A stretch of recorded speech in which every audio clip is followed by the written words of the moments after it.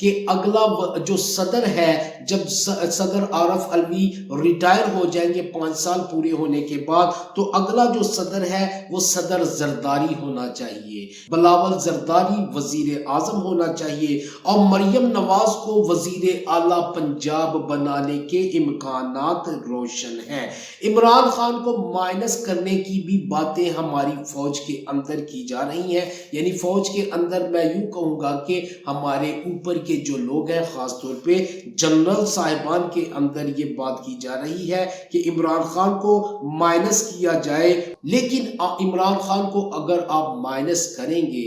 تو یہ یاد رکھیے کہ بہت سارے تجزیہ کار اور بہت سارے لوگ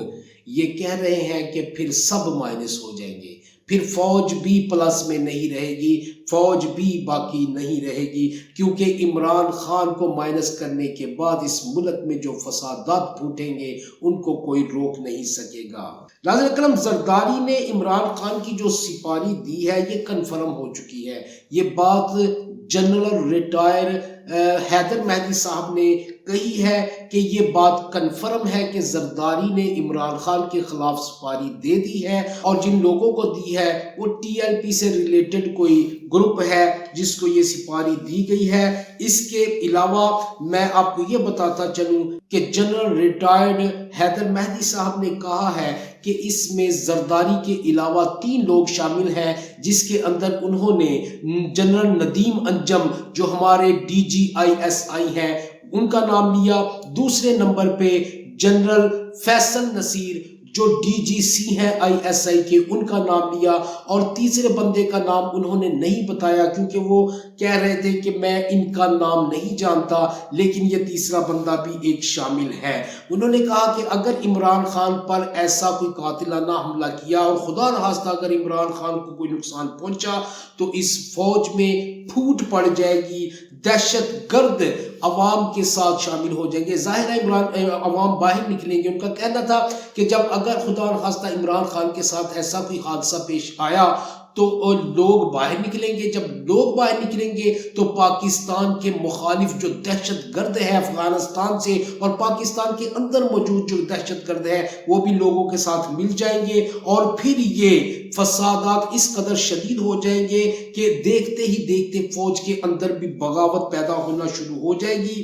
جس کو سنبھالنا فوج کے لیے بھی ناممکن ہوگا، اور پھر خدا نخواستہ پاکستان اپنا اصل جو مقام ہے یا اصل جو اپنی شناخت ہے وہ کھو دے گا۔ ناظرین کرام، ہماری سیاسی قیادت خاص طور پر جو PDM ہے اس کو پتا ہے کہ اگر عمران خان الیکشن جیت کر آ جاتا ہے تو وہ ہم میں سے کسی کو نہیں چھوڑے گا، کیونکہ یہ سارے مجرم ہیں، انہوں نے کرپشن کی ہوئی ہے، کسی نے منی لانڈرنگ کی ہے، کسی نے یعنی پاکستان کو دونوں ہاتھوں اور دونوں پیروں سے لوٹا ہوا ہے انہوں نے۔ تو ان کو پتا ہے کہ اب اگر عمران خان آ گیا تو وہ نہ صرف ہمیں نہیں چھوڑے گا بلکہ وہ اسٹیبلشمنٹ کے اندر ان لوگوں کو قانون کے نیچے لائے گا جن جن لوگوں نے گناہ کیے ہیں، ان کو ان کی سزا بھی ملے گی۔ تو لہٰذا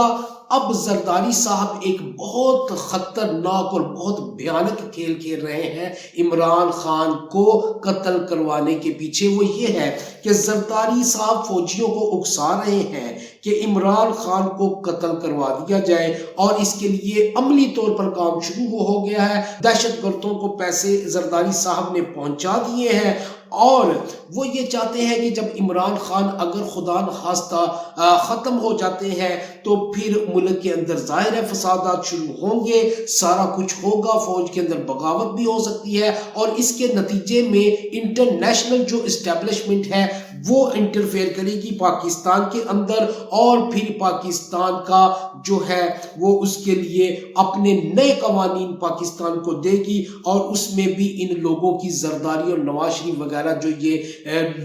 چور ہیں، ڈاکو لٹیرے ہیں، ان کا فائدہ ہو جائے گا۔ یعنی یہ پہلے ہی باہر رہ رہے ہیں، انہوں نے باہر چلے جانا ہے اور ان کی جان چھوٹ جائے گی عمران خان سے۔ ناظرین کرام، جنرل حیدر مہدی صاحب یہ کہہ رہے تھے کہ فوج کے تمام افسران جو ہیں ان کے گھروں کو، ان کے فونز کو بگڈ کیا گیا ہے، اور بگڈ اس لیے کیا گیا ہے کہ پتہ جلایا جائے کہ کون اندر کی خبریں باہر نکالتا ہے، کون اندر کی خبریں اس طرح منظر عام پر کیسے آ جاتی ہیں، اور اس کوشش کے اندر تمام جو افسران ہیں ان کو بھی نہیں چھوڑا گیا، ان کے فونز، ان کے گھروں کو بگڈ کر دیا گیا ہے، اور اس طرح فوج کے اندر یہ بھی ایک بے چینی ہے افسران کے اندر کہ یہ کیا ہو رہا ہے، اور خدا نخواستہ پاکستان کے اندر فوج کے اندر بغاوت کا جو معاملہ ہے وہ نظر آ رہا ہے۔ اور میں آپ کو یہ بھی بتاتا چلوں کہ اگر خدا نخواستہ عمران خان کے ساتھ انہوں نے کچھ برا کیا تو بہت ہی برا ہوگا اس ملک کے ساتھ، اور خاص طور پہ ان لوگوں کے ساتھ۔ خدا کے لیے میں لوگوں سے پھر کہہ رہا ہوں، اگر پاکستان کو بچانا ہے، اگر اپنی فوج کو قائم و دائم رکھنا ہے، اگر عمران خان کو بچانا ہے، اگر پاکستان کو آپ اسی طرح زندہ و جاوید دیکھنا چاہتے ہیں، اگر پاکستان کو امریکی غلامی، ہمیشہ کی غلامی سے آزاد دیکھنا چاہتے ہیں، تو آج آپ کو نکلنا پڑے گا پاکستان کی خاطر ان لوگوں کے خلاف جو اس وقت رجیم چینج آپریشن کو پوری طرح سے عملی جامہ پہنا کر انجام تک لے کے جانا چاہتے ہیں۔ اس انجام تک پہنچنے سے پہلے ان لوگوں تک پہنچ جائیے اور ان کو روک لیجیے۔ ناظرین کرام، اگلی ویڈیو میں نئی خبروں کے ساتھ دوبارہ حاضر ہوتا ہوں، تب تک کے لیے اللہ حافظ ناصر۔ پاکستان زندہ باد۔